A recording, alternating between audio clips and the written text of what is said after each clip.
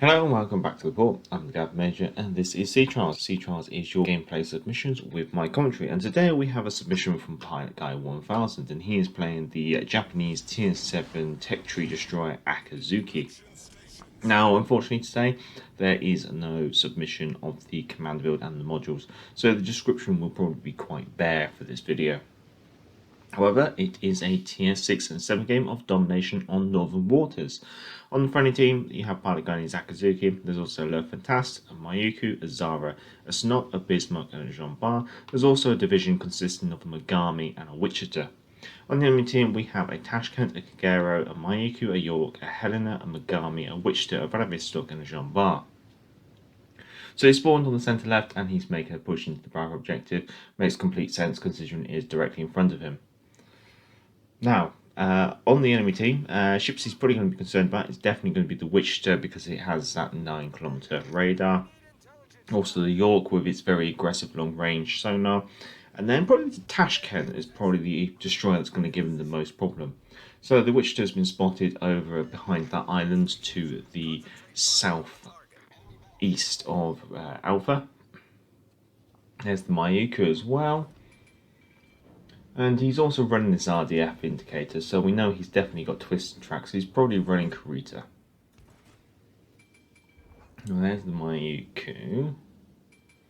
And it looks like, apart from Pilot Guy heading into Bravo, everyone else who spawned in the centre is folded over into the Alpha objective. Whereas, looking at the enemy team, it would appear that the enemy have split themselves pretty equally. There are some torpedoes coming in. These are intriguing. Not sure who they're from. They could be potentially from the Mayuku, or maybe the Megami. Yeah, it could be the Megami's torpedoes.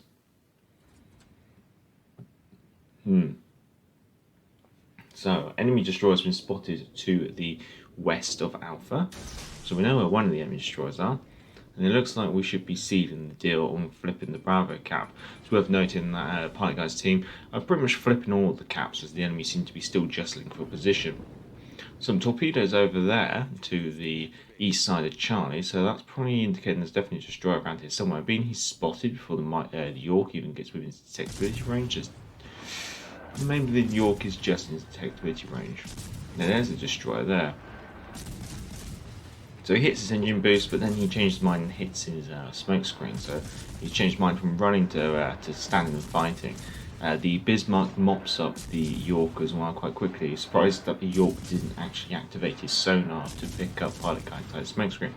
Enemy Kagero is starting to push into Bravo and is getting torn up. Even though the Kagero is laying a smoke screen, he's still spotted thanks to the sonar of the friendly Bismarck. So it's quite nice to have a battleship use its sonar to help. And that looks like the Kagero is all mopped up, and it's the Zara that secures the deal. So that just leaves a Helena, a Vladivostok, and a Megami lingering around at this Charlie objective, which does mean that over at the Alpha objective is probably going to be the Tashkent, the Mayuku, the Wichita, and the Jean Bar. So Pilot Guy's team has managed to flip all the caps. They have a numbers advantage at each main flashpoint on the map, and they're also 2 ships up. However, it's worth noting, say, the position of the friendlies at the Alpha objective. The battleship has got a big island blocking his line of sight towards where the enemy seem to be starting to mount a counter-offensive into the Alpha objective. The friendly destroyer is pinned pretty much against the island. 2 of the cruisers are using island cover to fire over, while another cruiser is almost pinned up against an island. So the Alpha objective, although they've managed to secure it, it looks like the enemy is doing a counterattack and they're not in a position to counter that. Now going to the Charlie objective, we have the Zara and the Snob flexing south from Charlie, trying to flex on the enemy. Why they're doing this, I don't know. You have the numbers advantage here if you hold back, and there's no reason to play aggressive. The Snob kills the Helena though, so that's starting to bring the numbers a bit evenly now. But the Tashkent kills the Le Fantast over at Alpha, and the Vladivostok kills the Zara here at Charlie. So that means the Snop is now out there on his own being focused. Ideally, maybe the Zara and the Snop should have just held back where they were to the north of Charlie. And then as the enemy team realised they have to do something to try and contest this objective, then almost kite away or hold your ground and wear them down that way. Unfortunately, by pushing in like this, they're now the tip of the spear. Vladivostok finishes off the Snop. Now the friendly Bismarck, who helped Pilot Guy out with the Kagero and the York, has unfortunately had a bit of an engagement with an island, and he's only managed to just get himself free. Pilot Guy had taken that moment there to get some shots down range and get the Vladivostok on fire, while he knew the Vladivostok was going to be going behind the island there. So the enemy team is now contesting Alpha. Now, you'll note over Alpha, the friendly battleship's the main one who's contesting it with the enemy battleship, but the cruisers are still holding off quite far back. Pilot Guy taking advantage of the Vladivostok and getting a couple of volleys out and getting the another fire lit on the Vladivostok, which is quite nice. However, the teams are now practically even, and the Vladivostok is now capturing or flipping the Charlie objective.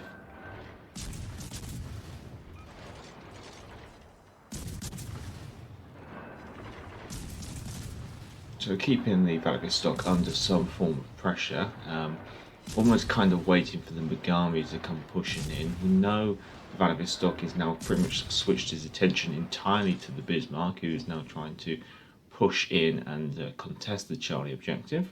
Rightfully so, considering that a Bismarck does have that turtleback armor skin, which does make her a bit more survivable up close. It also means that she can bring her secondaries into action in order to increase her DPM.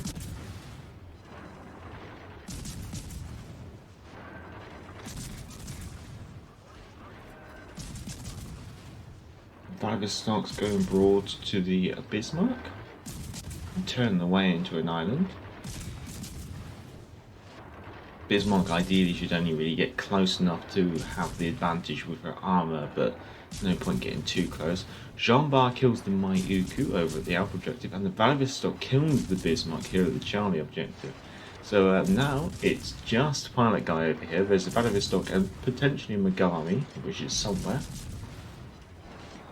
And it looks like Pilot Guy's team is starting to lose the numerical advantage they had over at the Alpha objective as well. Pilot Guy's team have lost 5 ships to the enemy 3, so it's all gone flippity-floppity.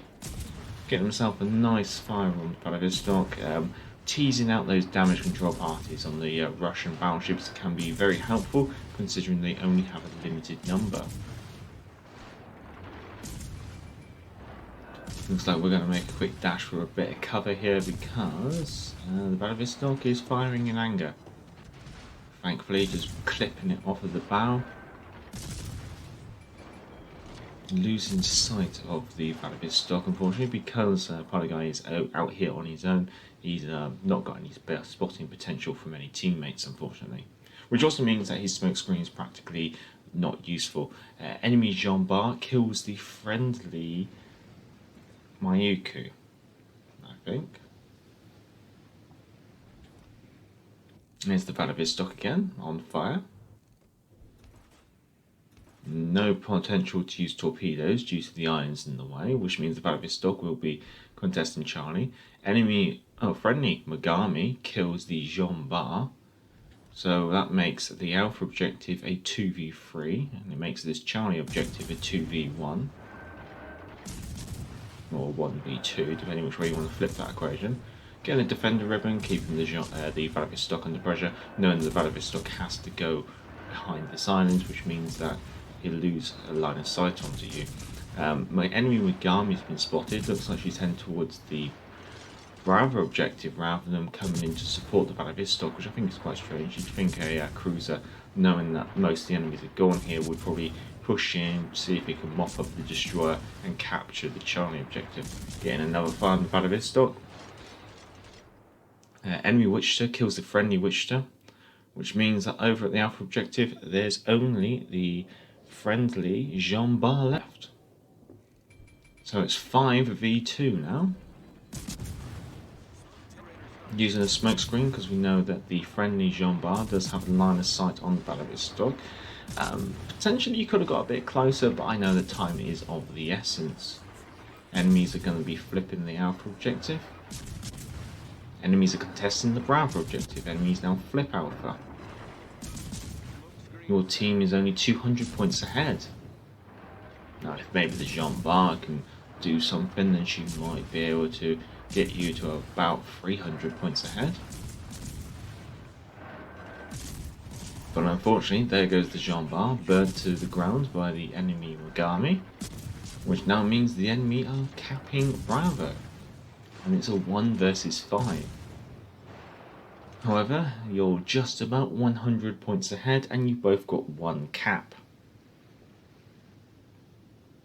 Which also means that somewhere out there, there's a Tashkent, the Mogami, the Wichita, and the Vladivostok.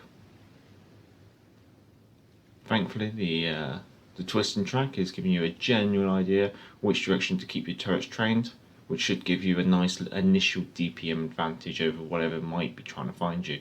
It's also worth noting that you're not located. If you were located, we know that, say, the enemy Tashkent is running twist and track as well, so you have that advantage with you.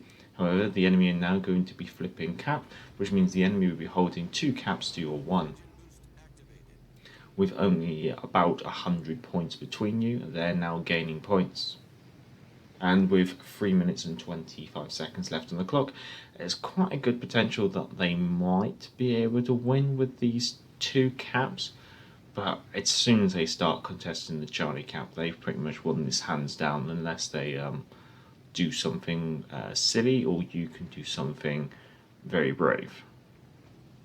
However, the twisting track is pointing over towards the Alpha objective, switching more towards the Bravo objective, so whatever you have on your twisting track is definitely moving from Alpha to Bravo, which would... Well, we can't see the Vladivostok, and being we can't see the Vladivostok, it's potentially the Vladivostok that's behind that big island. Oh, we have the enemy Wichita spotted way off to your front. Now she does have that radar, which is going to be very dangerous. Getting a volley of torpedoes out using torpedo reload booster, don't blame you there. If you can pull it down, it's going to give you a lot more breathing space. However, it looks like she's turning. I think she's doing a couple of crazy Ivans just in case you are the one firing torpedoes at her. Potentially, she could be running Ingenious, so she knows when you're switching between guns and torpedoes. Enemy Tashkent spotted, you kind of got to take that up, unfortunately. Because the enemy's only 50 points behind you. If you can get rid of this Tashkent, hopefully not at too much risk to yourself. Unfortunately, you don't have any smoke, so you won't be able to break off. Also, the Wichita's very close. Well, we've got the Tashkent. That's managed to get a bit more distance between yourself and the enemy. That gets you about 120 points now ahead, with 1 minute and 45 seconds remaining. Time to kite like a madman.